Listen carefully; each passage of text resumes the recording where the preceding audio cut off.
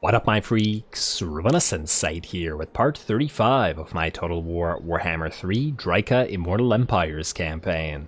So as we saw last time, Drycha fought off the ogres at Pigbarter, wherein the enemy had its second of the 3 ritual locations, and we still have 7 turns of this ritual, but with the third one, Drycha will be free to go elsewhere. In addition to that, we've nearly destroyed the Gold Tooth faction, and also should be able to kill them for good once he takes out Greasus, hopefully next turn. We were also able to get a nice little fight at Kelpit, wherein we attacked with Tala and Ikiran, and they did take it out for, I think it was 60,000 gold, or something very nice along those lines. Plus that is of course Clan Molder's main power base, so they should be a lot weaker after that. Still have 5 territories of course, but we should be able to go out there and take them out. I do wonder what here belongs to Molder and what here belongs to Ferric. Huh. Actually, if we heal up, what we could do is jump over and start taking this stuff out here and just bypassing the Skaven Plague, essentially. The problem is, while we'd like to take Fort Ostrosk and all this stuff, this Skaven Plague is in our way. So we'd have to either take Kelpin and move out this way, which I suppose is also a possibility. Move through these territories, which are not plagued up. We gotta get to Zoishank to essentially trade it to the Orthodoxy. Well, we'll give it a try. I'm sure they would love to get Prague from us if we can manage to get it. You know what I probably should have done? Rather than building the marble here, probably should build the garrison unit instead, just so that a weak army like this wouldn't be able to take it. Although, even then, I'm not entirely sure that it would be strong enough to defend, just because the garrisons are so garbage. Like, this would be the entire fight. Well, 2 Treekin actually wouldn't be too bad. Alright, you know what? Screw the marble. If we're gonna trade Prague away anyway, although later on when we trade Prague, we'll probably want the marble in there because I feel like it'll be worth more to AI, but I'm not sure. Superstition on my part, I suppose. Anyway, let's see what we gotta do this turn, shall we? I think we've moved everybody along last time and did all the building, unless there's some minor locations that we left. No, it doesn't look like it, which means we're actually ready to end the turn. And thus, perhaps, get a nice little fight against Grom the Paunch here, who Colas is waiting in an ambush for. Though since we are waiting in ambush, perhaps we should, in fact, You know, maybe I should have gotten you Obscuring Canopy.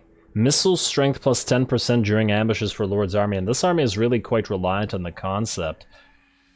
It would probably mean ending up skipping Quartermaster for you, although you're our most expensive army by far, so you probably need Quartermaster. I suppose what we could do with this army is skip too much of the lore here, because the thing is, Pit of Shades and Occam's Mindrazor probably wouldn't be all that worthwhile. At least in this army. So yeah, you know what? Let's get Obscuring Canopy. This army is doing specific things after all. And then we'll get you Open Branches and we'll probably still get Quartermaster. Or in the alternative, let's see. Well, I guess we can start leveling up the Hawks via the Wings of the Forest, because we will want to get Swift and Sturdy for the Hawks afterwards, and probably Shield of the... Nope, Nature's Quiver for the rest of these guys. Ooh, and that increases their range, which the Deepwood Scouts in particular could really use. So yeah, fine. Rest of you, let's get you your points. I do assume this ambush is going to be successful since it's 100%. You definitely want Regrowth. Dwellers Below wouldn't be too useful for us right now, though. Alright. Then Glade Captain, our highest level Glade Captain. You can have... Well, you are a ranged unit, so let's get your reload time. And then let's get the Waystalkers. Though they are in here, I think, temporarily. Because once again, I feel like we should replace them with the 2 Arrows of Kurnos units that we got before, but they can be in here for a while. Piercing Shots and Bottomless Quiver. Gotta go Piercing Shots first. But obviously Prey of Anathrema. And then you already have Prey, so we can get you... I'm almost tempted to get you training right now. It's not much, but these guys are low rank. And I could use a little bit of extra XP. It's not like you're gonna run out of ammunition. Hey, you know what? Fine, get training. Why not? Not all that worth it, but eh. Alrighty, and with that, we're going to skip the rest, and we're gonna end the turn, and we're gonna see about that Grom. Alright, come on, Grommy. I probably also should have checked the diplomacy, because I feel like I haven't checked it in a few turns, but what can you do? Oh. Didn't you cancel our trade agreement? Okay, these elves are just so weird. No, yeah, that's fine. They're so weird. They keep canceling trade agreements and asking for trade agreements and canceling them again. I don't know. And they don't know what they want themselves. That's elves for you.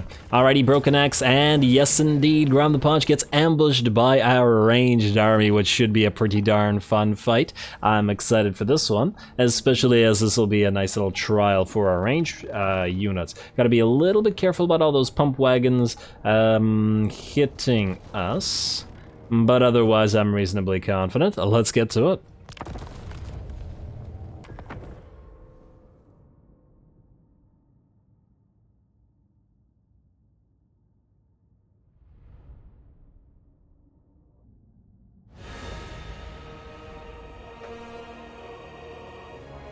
Alrighty, here we go, the first proper ambush battle for this army, which is designed to be an ambush army in the first place. Should be pretty interesting, and look at all those multicolored arrows. It's like fireworks. I absolutely love it. I wish we had a few more different arrow types just to get more colors on the field.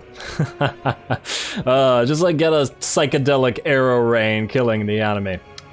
I mean, it's better than a non-psychedelic arrow rain, so yeah. Anyway, we have deployed all the way back here in pretty much one formation. While we do have an advantage here, we do have to remember that our army is still a little bit hurt, so not quite at full HP. The levels aren't there, and we still have regular glamour rather than insidious, so we do have to be wary of the enemy nonetheless. On top of that, I think that this army, in my opinion, probably is lacking a little bit in the way of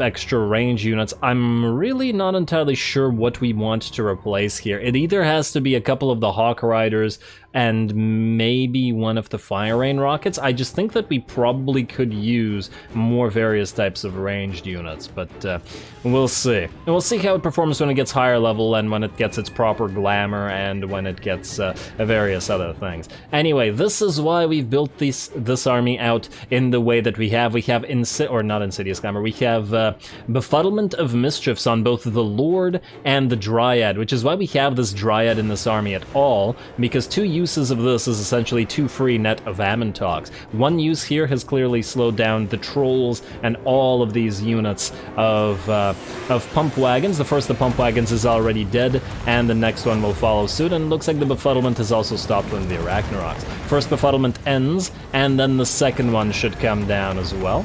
And there we go, stopping all those units yet again. Lovely, and of course all the while the monsters and the fast movers are being focused down by our ranged units, the enemy infantry are getting bombarded by those Fire Rain rockets, which you just gotta love.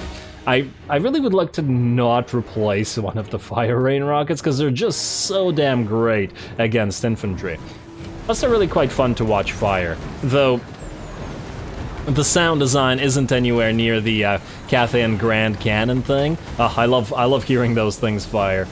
Could listen to those all day. And there we go, Prey of Anathrema coming down now that the Befuddlement of Mischiefs are over on the 2 Arachnaroks, and the Arachnaroks suddenly getting massively focused down. That missile resistance reduction in combination with all of this is looking like it's going to be bringing these guys down quickly. We do have to use our Lord, however, by the looks of it, to stop the Stone Trolls from getting closer, as they did move in at the same time as the Praise of Anathrema went down on the Arachnaroks, and thus we had to focus those. And unfortunately, it looks like Grom will have to get through and is going to go after one of our Swift Shiver units. I probably should have actually sent our one of our Glade Guards, or not Glade Guards, one of the Glade Captains or one of the Way Watchers or the Dryad to fight him instead of allowing him to do this, but a little bit late now. Anyway, the first of the Arachnaroks is brought down, the ground shakes, and the second one is going to continue running. There's still a little bit of HP remaining. Oh, and it's actually coming back? Okay, but probably not coming back for long. And just to compare this to, for example, Iket's army in the Skaven campaign, this doesn't seem nearly as deadly as Iket's Rattling Guns and Druzales. Though, of course, once again, we have the problem of not having the Insidious Glamour yet. The regular Glamour is still too weak, and damn, Grom chasing around our Swift Shivers here, but another Befuddlement of Mischief's now off cooldown, and we can switch targets to Grom himself here. Everybody focus him down, so all of the range units together, and hopefully they can take him out. Arrow of Kurnus coming down as well, and how much does that one volley do? He's below half HP, and in fact, he has routed, but another Befuddlement has come down, and more shots from everybody should hopefully bring him down. And not that it matters at this point, because with that, the enemy army shatters, and while a few of the units did sort of reach our lines, down goes Grom, most of the enemy did not. The infantry and the ranged units were certainly unable to achieve anything, especially considering we deployed towards the back of their line, so they had a fairly long way to walk. Alrighty, well, this army is pretty darn good at chasing stuff down, and here comes the reinforcing army. A little bit too late. They probably could have, we probably could have used those bears to fight. But yeah, what I was saying before I interrupted myself with various things was not only do we not have Insidious Glamour in this army, but also we don't have access to Way Watchers. If we had an army full of Way Watchers, I'd obviously rather use those than a bunch of Glade Guard and Swift Shivers. Though the Swift Shivers are okay, but you know, Way Watchers are Way Watchers. Then it would be a lot stronger, but of course we don't have access to them as this faction, unfortunately.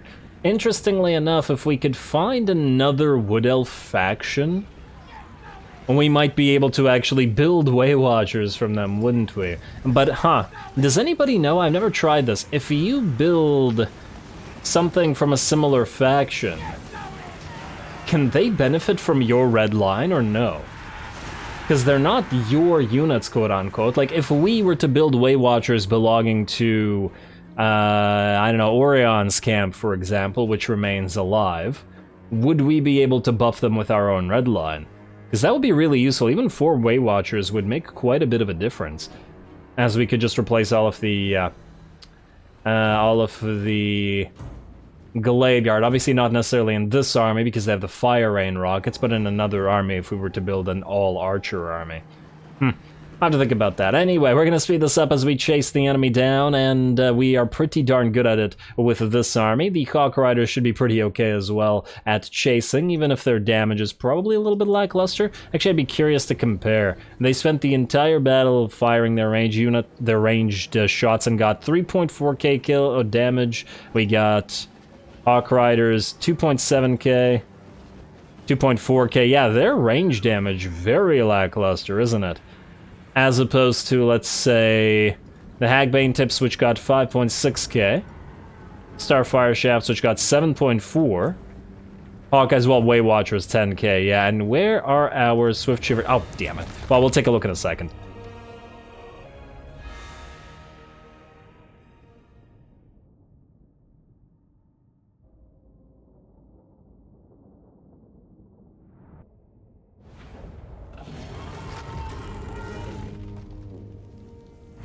Alrighty, not too bad, and we can actually heal pretty much to full. In fact, we will heal here more than we were hurt before we had started, so that's probably pretty good as well. The only thing I would have done differently was probably to not allow Grom to actually reach our line and hurt that unit of Deepwood Scouts.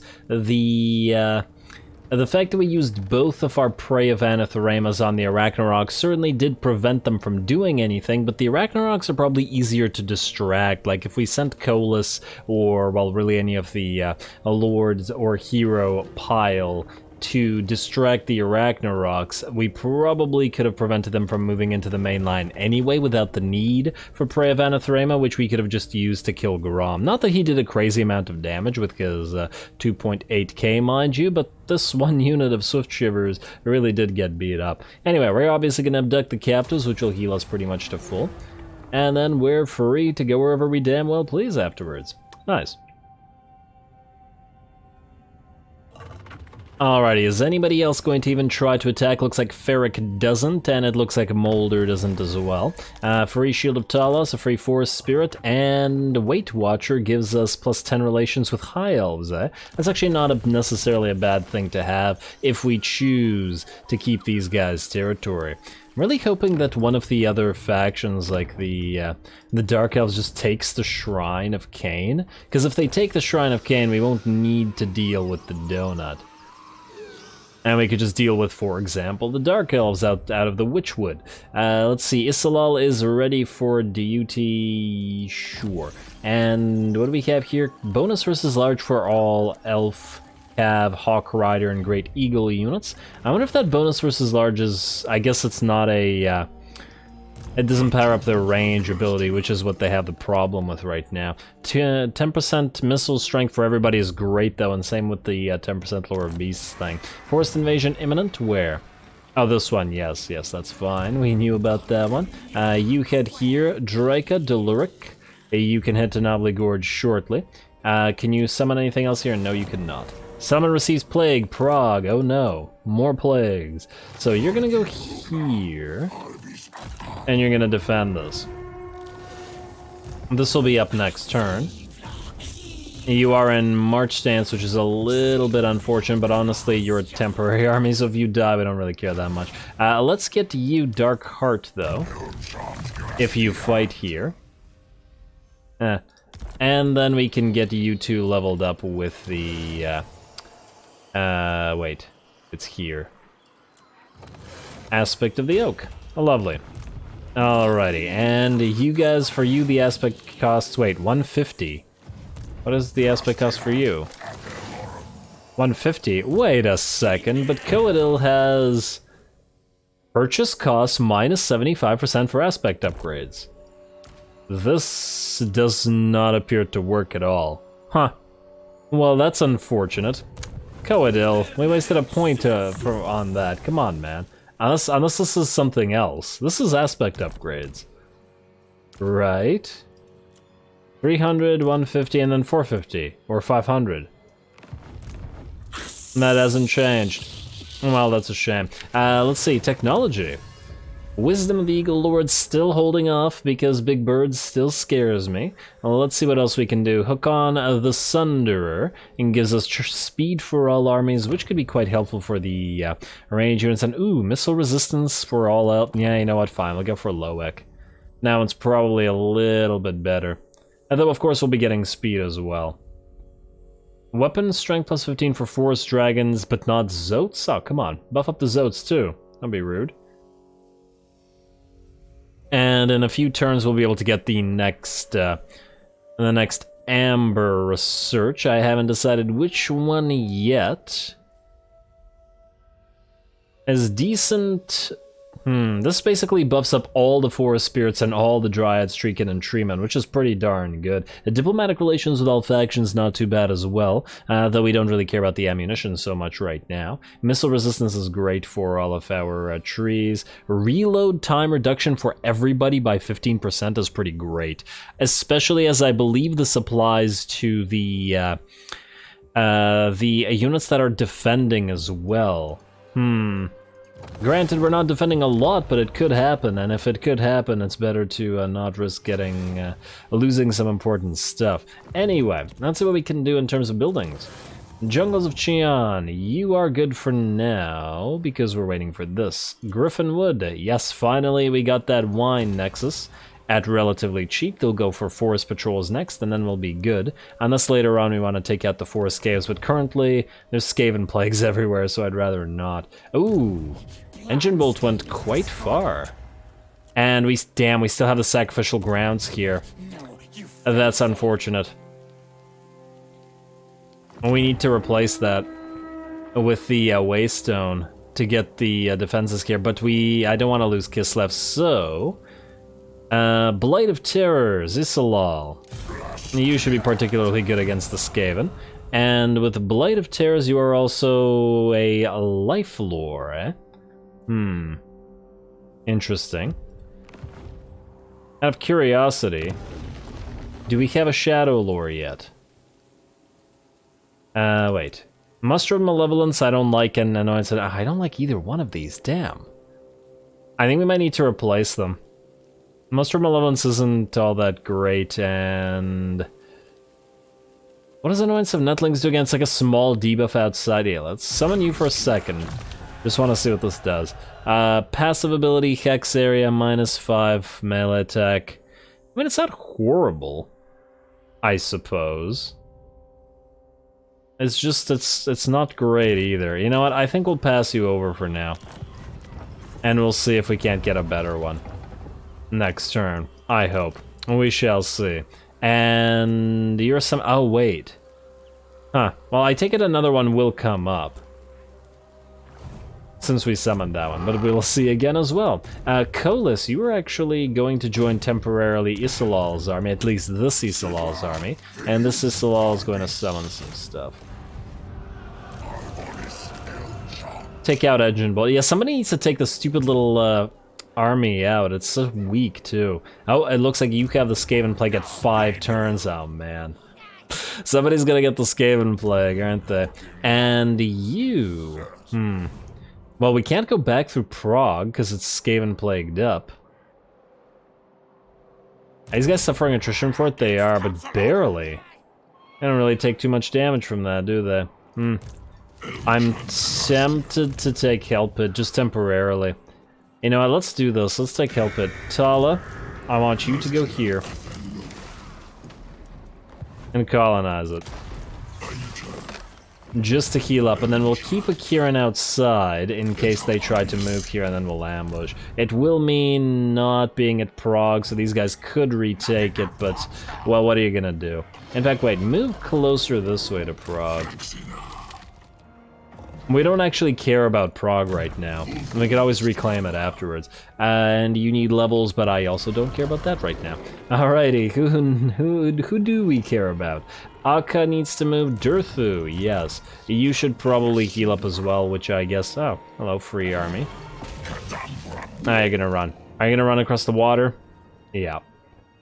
I do find it quite annoying that enemies can run away across water where you can't reach them, despite the fact that you have better ability to move yourself. It looks like the Blackstone Post Army did not decide to move. The thing is, Durthuk has Wonders of the Forest, so he could raise it for a lot of cash. Not quite as much as Help It, but still quite a bit, whereas Dare Talk, well actually he does have 2 levels in it. So he could probably raise it for a decent amount as well. It would be worthwhile to send him there and keep Durthu out here for now. We'll see. Unfortunately, I think we'll have to wait till next turn, because that'll be a pretty big, long cinematic battle, which we won't have time for it this time. Let's have you kill Hobnails here. I like the name, though. And auto-resolve this. Shouldn't be too much damage, or at least I hope. 0 loss, perfect. And take the Winds of Magic. I don't know whether you actually have good amounts, which you do. Alrighty, that actually reminds me. Do we have a Forest Spirit in each one of these? No, we don't. Ooh, that's a problem. Every single one of you needs a Forest Spirit. If they had one, I'm willing to bet that that battle would have gone a lot easier. Also, do each of you have a Hawk Companion? No. Okay. I really needed those as well. You have one. Okay, just one of them is missing one. Wait, one of you has a Hunting Hound? You shouldn't have that. Only Lords should have those. And Dryad Spy we don't care about. We do care about the... Not the War Dancer Drummers. Definitely care about the Volzandal Smiths, but we're keeping those to Lords and stuff for now, especially since we don't have enough of them. You, as I recall, already have that Forest Spirit and Hawk Companion, and you can keep the rest. And then you have a Forest Spirit, and you don't need a Hawk Companion. And I assume that our Lord would definitely have a Forest Spirit, yes. And the Hunting Hound and some other stuff. Lovely. Okay, so now you can proceed to raise Brienne, which I think should be auto-resolvable. Let's take a look here. Close victory, but honestly, these guys are probably not worth the time fighting. Let's look for a harder fight. They're too weak. And then we will raise the place for 9k. Man, it feels so weird that we're at the point in the game where it feels like 9k isn't even worth wasting the turn on. Because I feel like almost it's better to... You know what? Don't even bother. And just take Brion for yourself. It'll have a port, and then Castle Carcassonne, I'm willing to bet, is going to be worth a lot more. Plus it'll have dyes, and it's a heathland as well. Isolal, in the meantime, can start moving to the massive Orcal. You can colonize that. You won't be able to take Aquitaine, but we'll send Durthu or somebody down there. And yeah, Durthu, fine. Take Castle Baston. We'll leave the Air Force to take Blackstone. Alright, colonize. And you'll be at full HP. And then I suppose you could move down to Bordelot and Mousillon. How soon will these guys be dead? They've got 4 territories. 1, 2, 3. Where's the 4th? Oh, it's up here. in Gisoro. Alright, well that's good to know, because I would like, if possible, to get the defeat trait for Grom on Durthu as well. You don't have it, right? Metal Storm, Scourge of Mankind, Constructor, yeah, you don't have it. Would be great for a little bit of extra relationship with the High Elves. Actually, speaking of the High Elves, trade agreements? Hawkland, but no. Hiatane, not yet, but I'm feeling like they'll get it back up sooner rather than later. Alright, who else needs to move? Tala, Durthu, Colas, Daertok. You will start on this next time around. Delsith. Yes, what about you? You can actually reach outside the settlement to force a field battle against Greasus, though of course the problem there is that their units will then run away. We'll also do this next episode, I think, and I'll have to think about whether we want to actually attack outside or not. It'll make an easier battle because we will have more maneuverability on the one hand, but on the other hand, once again, catching units is quite irritating. It'll depend on how many of them we can kill. We also gotta be careful about these guys taking all... Wait, actually, we don't really care about this territory. They can have it. We just want the defeat trait for Greasus. Alright. Alright, so that's Dulceth, Isolal, and we have a bunch of heroes that don't really need to move right now. And these are the two... Wait, you're Glade Captain, you're the Waystalker. Let's keep these Waystalkers together. Just so they move at once.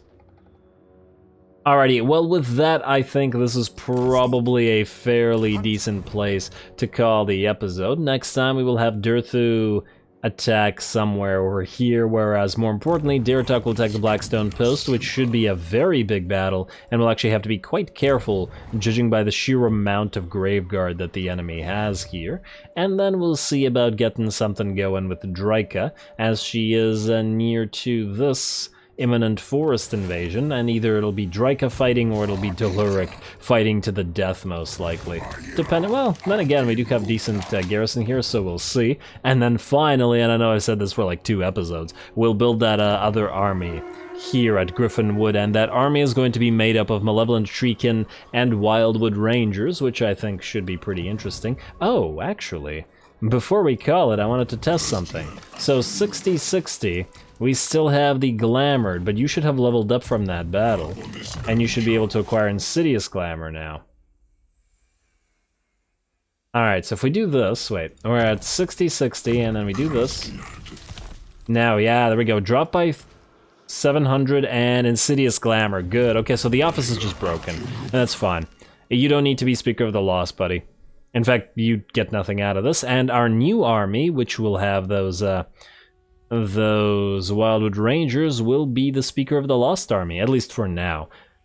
We may actually switch it later on to a War Dancer army with also Treekin, but we'll see. I suppose we could combine the two, but the thing is, we have the Regiment of Renown of Wildwood Rangers, and I feel like they should be in an army. Then again, the same thing can be said of the War Dancers, so we'll probably just do both. I think they'll work quite well with piles of Treekin. Anyway, you... remove from office. There we go, Colas. You are no longer lost. But you do have that lovely Insidious Glamour. Anyway, as I said, calling it here. Stay tuned for more tree battles. Don't forget to leave a like and comment. All glory to the algorithm. And thanks for watching.